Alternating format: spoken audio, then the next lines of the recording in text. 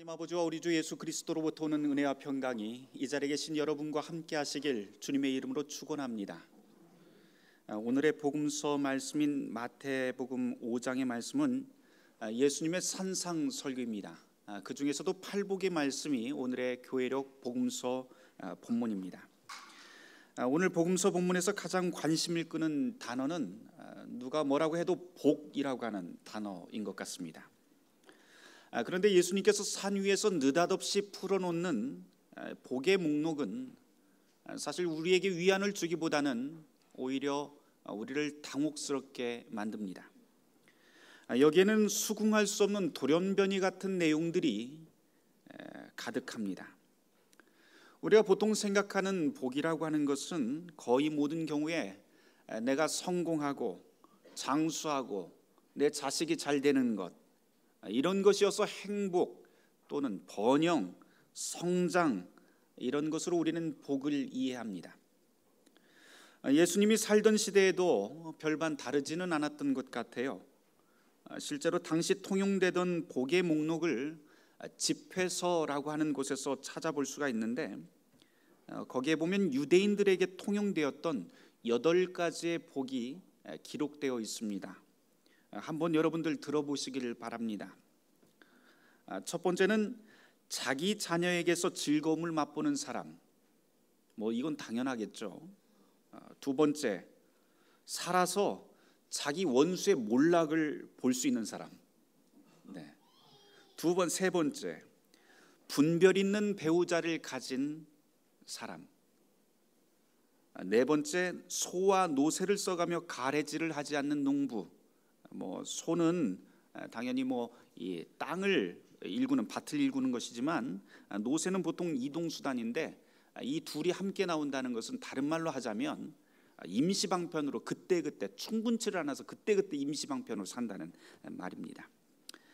다섯 번째는 혀로 죄를 짓지 않는 사람. 여섯 번째는 자기보다 못난 사람 밑에서 종노릇하지 않는 사람. 일곱 번째는 총명한 친구와 자기 말을 경청하는 청중을 가진 사람. 그리고 맨 마지막 여덟 번째는 지혜를 찾는 사람이 행복하다, 이렇게 되어 있습니다. 2000년이 지난 오늘에도 이 집회서에 나와 있는 이 복의 목록을 가만 생각해 보면 고개를 끄덕일만 합니다. 그런데 예수님이 이 당시에 우리에게 들려주신 이 팔복의 목록들을 보면 분명히 이런 종류와는 전혀 다른 그런 부류인 것 같습니다.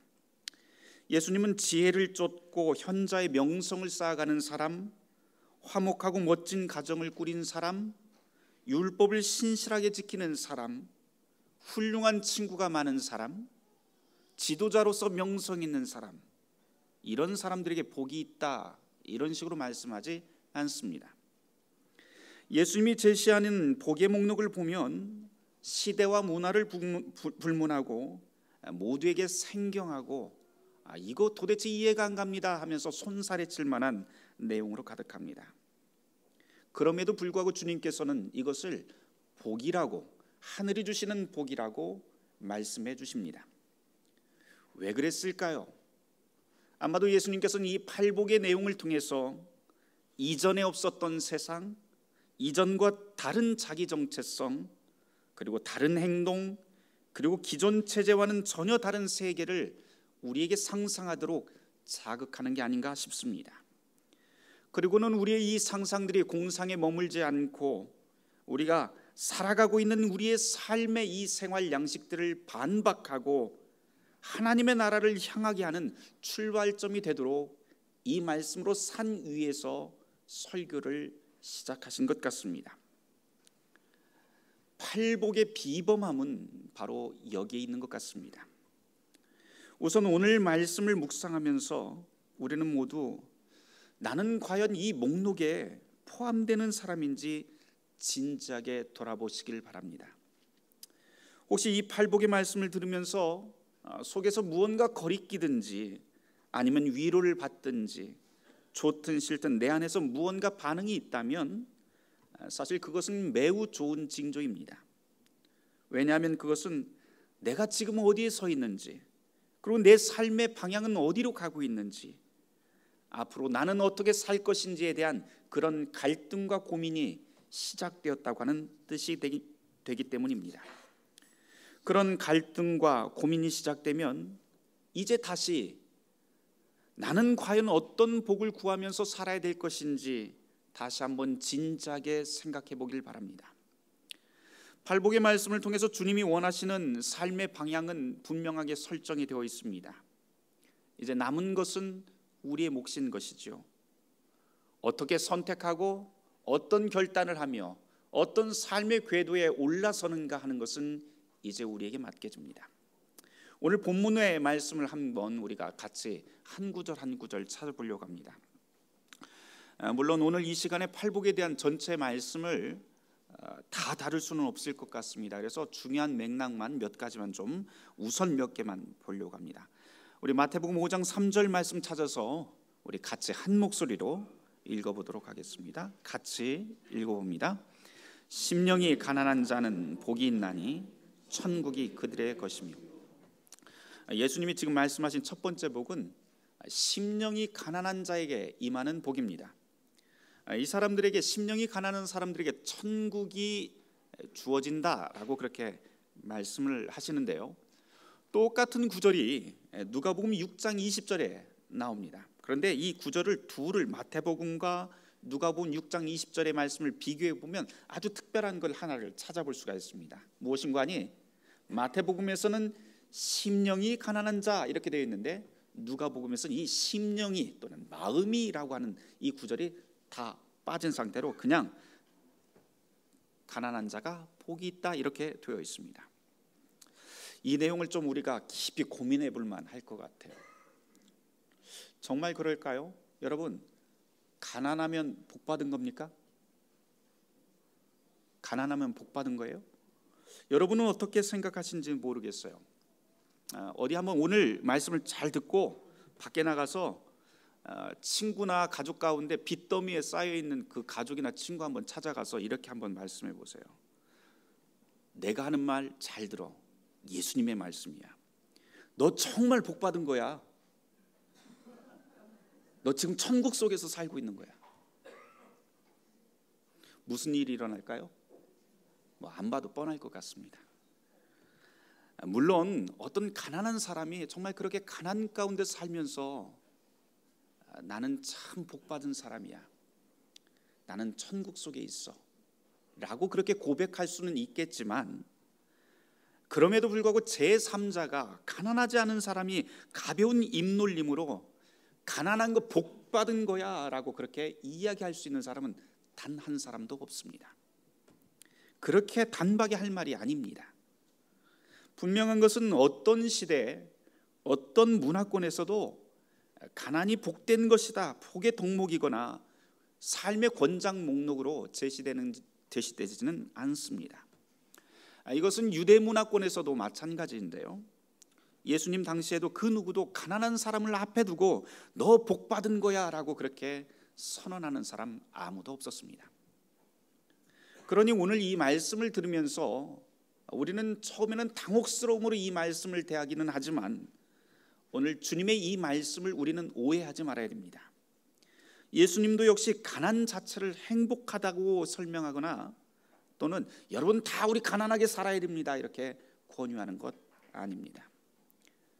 또한 동시에 심령이 가난한 자는 복이 있다 했으니 우리의 영적인 결핍한 사람, 영적으로 결핍한 사람이 정말 복되다 이렇게 말씀하시는 것도 아닙니다. 심령이 가난한 자라고 하는 말은 물질적으로도 핍절한 상태이며 동시에 영적으로도 의존 상태에 있는 사람으로 보는 것이 좋을 것 같습니다. 가난하지만 그 가운데서도 하나님을 굳건히 믿고 의지하면서 사는 사람, 그 사람이 복되다 예수님은 이렇게 말씀을 하고 있습니다. 실제로 우리는 그렇게 사는 사람 우리 주위에서 흔하게 볼 수 있습니다. 예수님이 말씀하신 이 가난한 사람이 누구인지 좀 정확하게 알 수 있는 것은 이 유대인의 맥락에서 보면은 더 확실해질 것 같습니다. 유대인들 사회에서는 아나위임이라고 불리는 부류가 있었습니다. 그 뜻은 엎드려진 사람이라고 하는 뜻인데요, 모질게 가난해서 바닥에 패대기 쳐진 사람들, 그래서 엎드려진 모습으로 그려지는 사람들이 이 아나윈이라고 하는 부류의 사람들입니다.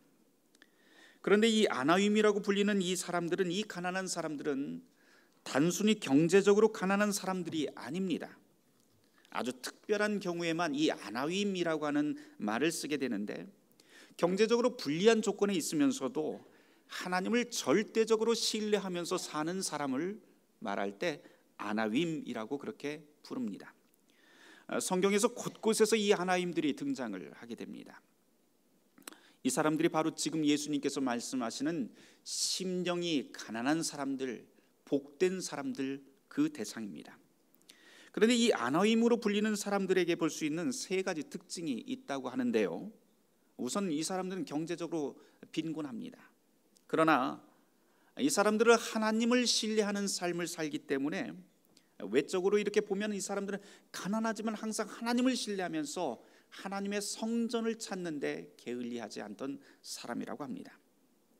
또한 세 번째 특징이 있는데, 이 사람들은 하나님을 기다리면서 하나님이 오실 것을 기다리는 사람들, 다시 말해서 이 땅에 이런 불의와 이런 아픔들을 모두 다 제거하고 회복시킬 메시아가 이 땅에 올 것을 믿고 간절히 기다렸던 사람들이 바로 이 심령이 가난한 사람들, 바로 아나윈이 됩니다. 복음서에서 구체적으로 찾아볼 수 있는 예가 있어요.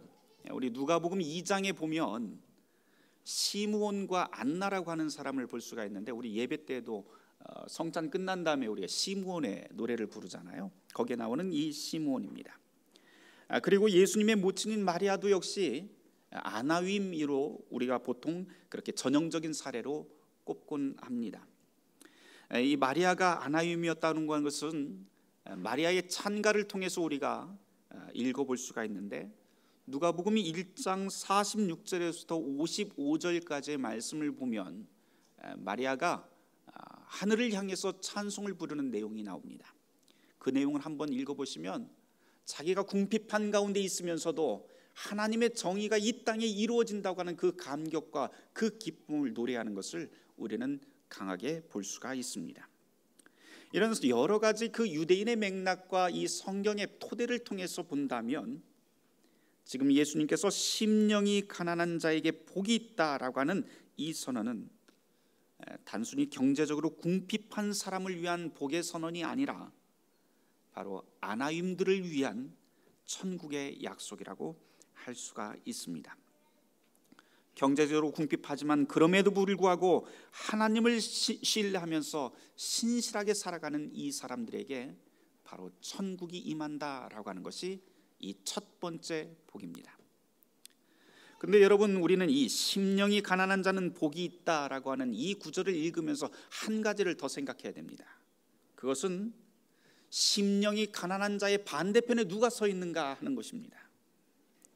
자유를 강탈하는 사람들, 가난을 만들어내는 사람들이 누구인지, 그리고 그 어떤 사회 구조가 그렇게 자유와 생명의 가치를 강탈하고 있는지도 우리는 깊게 생각해야 됩니다. 때로는 그 사람들이 바로 부유한 사람일 수도 있고, 때로는 권력과 소유를 위해서 물불 안 가리는 정치인일 수도 있고, 불의한 사회 제도나 법 체계일 수도 있습니다. 이런 것들은 하나님의 나라와 어울리지 않습니다. 두 번째 복입니다. 마태복음 5장 4절의 말씀 우리 찾아서 같이 한번 읽어보도록 합니다. 같이 읽습니다. 애통하는 자는 복이 있나니 그들이 위로를 받을 것이며. 여기서 예수님께서는 애통하는 자가 복이 있다 이렇게 말씀을 하시는데요, 애통한다라고 하는 것은 슬퍼한다라고 하는 뜻이죠. 그런데 가만 생각해 보면 슬픔의 원인은 너무 다양합니다. 그런데 예수님이 지금 이 산 위에서 예수님 앞에 앉아 있는 그 무리들에게 하시는 이 슬픔의 원인은 사실은 한 개인이 겪고 있는 비극, 한 개인의 부당함, 억울한 죽음, 이런 것들을 한 발짝 더 넘어서는 그러한 슬픔을 말씀합니다. 산 위에 예수님 앞에 유대인들이 모여 있죠. 그런데 이 사람들의 슬픔을 가만 생각을 해보면 사실 단순히 이 사람들이 이곳에 모여 있는 것이 아니죠. 이사야 61장에 언급된 말씀들을 우리가 고려를 해본다면 거기에는 유대인들이 겪었던 역사적인 비극들을 우리는 읽어낼 수 있습니다. 그 민족이 포로 생활로 갖은 모욕을 당하다가 고향으로 돌아왔고, 성전이 무너지는 아픔을 겪었고, 그리고 무너진 백성들의 그 역사들을 항상 맛보던 사람들이 바로 이런 사람들입니다.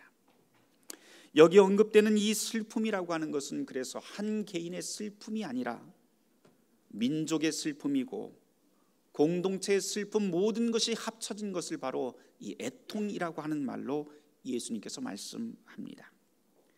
그리고 그런 슬픔, 그 이 땅에서 함께 살아가는 동료들의 그 아픔을 하나님 앞에 함께 나눌 때 암울함이 소망이 된다고 하는 것을 이스라엘의 역사를 통해서 이 사람들은 배웠죠. 나라를 잃고 고향 땅을 잃고 삶의 터전을 잃어서 슬픈 사람들이 지금 예수님을 따라서 산 위에 올라 있습니다. 혼자 오지 않았습니다. 가족과 친지, 그리고 억울함을 함께 당한 동료와 동네 사람들이 함께 모여 있습니다.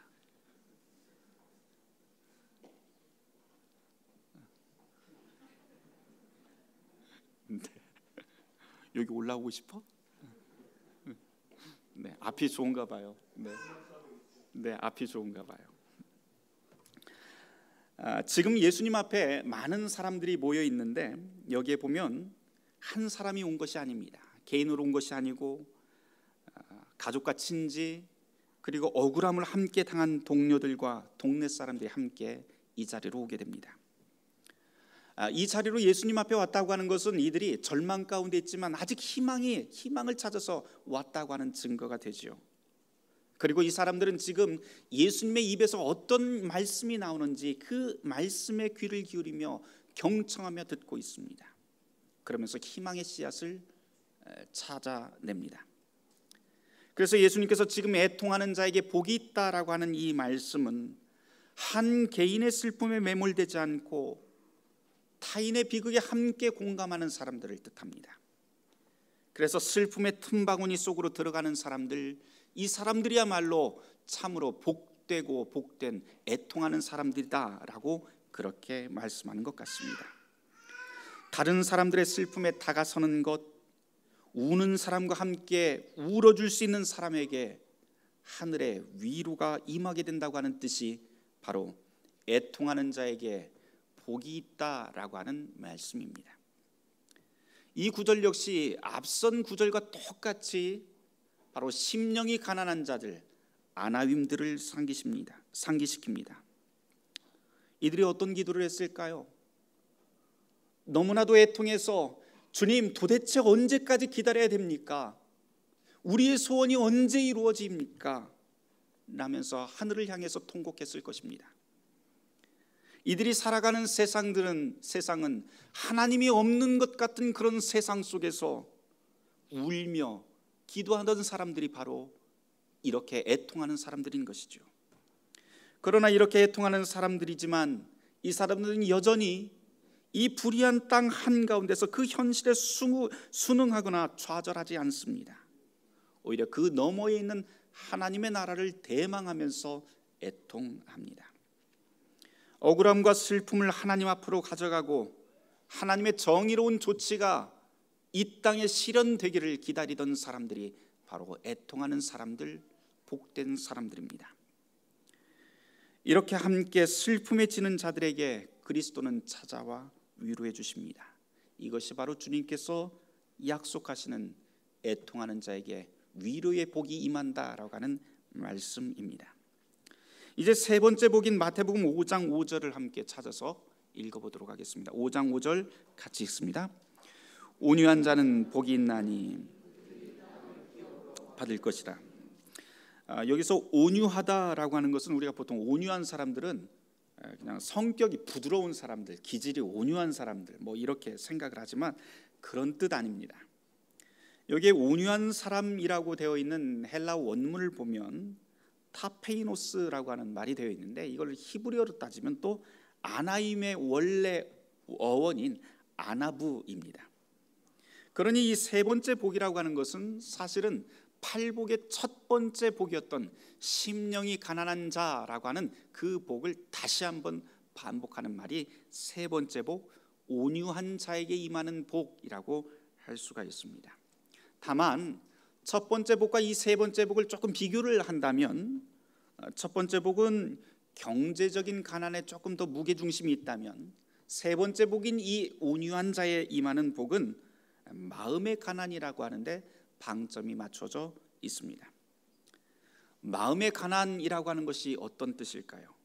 그것은 자기의 권리를 내려놓은 상태를 마음의 가난이라고 말할 수 있을 것 같습니다. 보통 화, 분노, 폭력, 욕심, 탐욕, 절도, 강도, 인정머리 없음의 반대말로 쓰이기도 합니다. 그런데 이보다도 더 확실한 의미, 이 온유하다라고 하는 말의 확실한 의미를 우리가 머릿속에 그려낼 수 있는 것은 예수님을 떠올리면 훨씬 더 빠를 것 같습니다. 주님께서 마태복음 11장 29절에 이런 말씀을 하십니다. 나는 마음이 온유하니, 나는 마음이 온유하고 겸손하니 나의 멍에를 메고 내게 배우라. 그리하면 너희 마음이 쉼을 얻으리라 라고 그렇게 주님께서 말씀하셨습니다. 우리의 욕망을 비워낸 그 자리에 주님의 뜻을 채워서 그 뜻대로 사는 사람이 온유한 사람이 됩니다. 그런 사람에게 땅이 약속됩니다. 여기서 땅 약속된다고 해서 무슨 등기부에 이렇게 땅이 이렇게 툭툭 올라가는 것, 그런 것 아닙니다. 여기에 나와 있는 이 땅이라고 하는 것은 삶의 영역, 관계의 영역을 뜻합니다. 그러니 여기서 주님께서 온유한 사람이 땅을 얻게 된다라고 하는 그 뜻은 사람의 마음을 얻을 수 있다라고 하는 그 말이 됩니다. 사람의 마음을 얻고 관계의 영역이 넓어진다라고 하는 그 의미로 보는 것이 좋을 것 같습니다. 사람의 마음을 얻는다고 하는 것은 바로 땅을 얻어가는 것이나 마찬가지인 것이죠. 그래서 온유한 사람을 얻게 됩니다. 아직 이야기해야 될 복의 목록이 앞으로 5개나 남아있기는 하는데 오늘 여기까지만 제가 하려고 합니다. 루터의 유명한 말이 있죠. 설교가 길어지면 어떻게 된다? 영혼이 혼미해진다.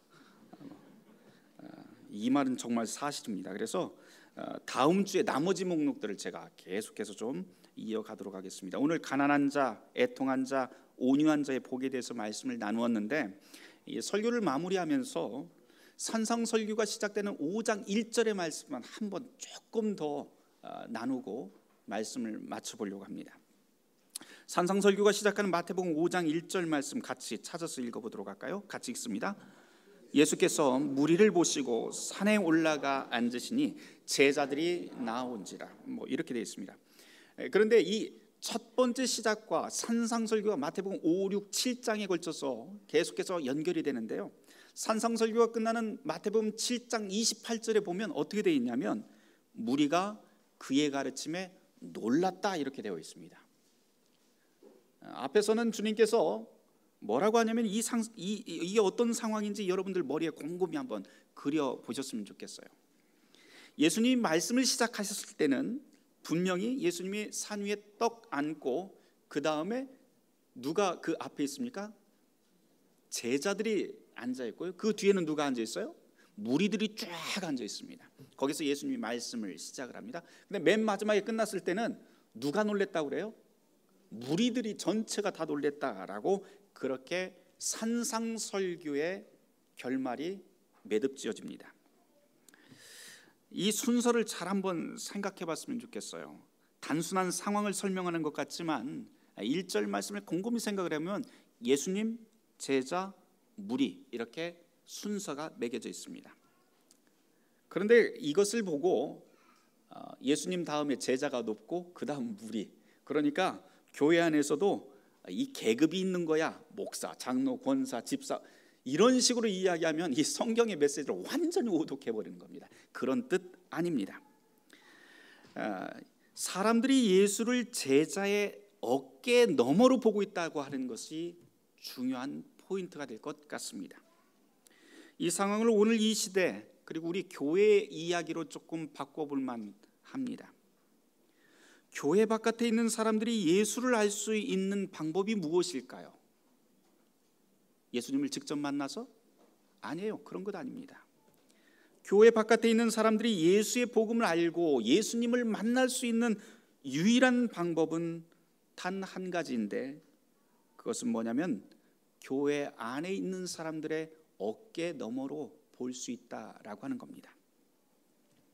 그저 예수 믿는 사람들의 우리가 살아가면서 말과 행동, 우리의 삶의 모습을 통해서만 예수가 누구인지 세상은 어렴풋이 알 수 있게 됩니다. 오늘로 말하자면 그리스도인들이 어떤 모습으로 사느냐에 따라서 세상은 예수가 누구인지, 교회가 어떤 곳인지 알게 됩니다. 가난 속에서도 좌절하지 않고 슬픔 속에서도 서로의 위로가 되고 야만의 시대에도 온유함으로 사람의 마음을 얻어가는 그런 모습을 그리스도인들이 보여줄 수만 있다면 그것이야말로 하나님의 나라를 이 땅에 심어가는 그러한 삶이 아닐까 싶습니다. 바라기는 이런 삶의 모습과 하늘의 복이 저와 여러분들에게 가득하시길 주님의 이름으로 축원합니다. 모든 지각에 뛰어난 하나님의 평강이 그리스도 예수 안에서 너의 마음과 생각을 지키시리라.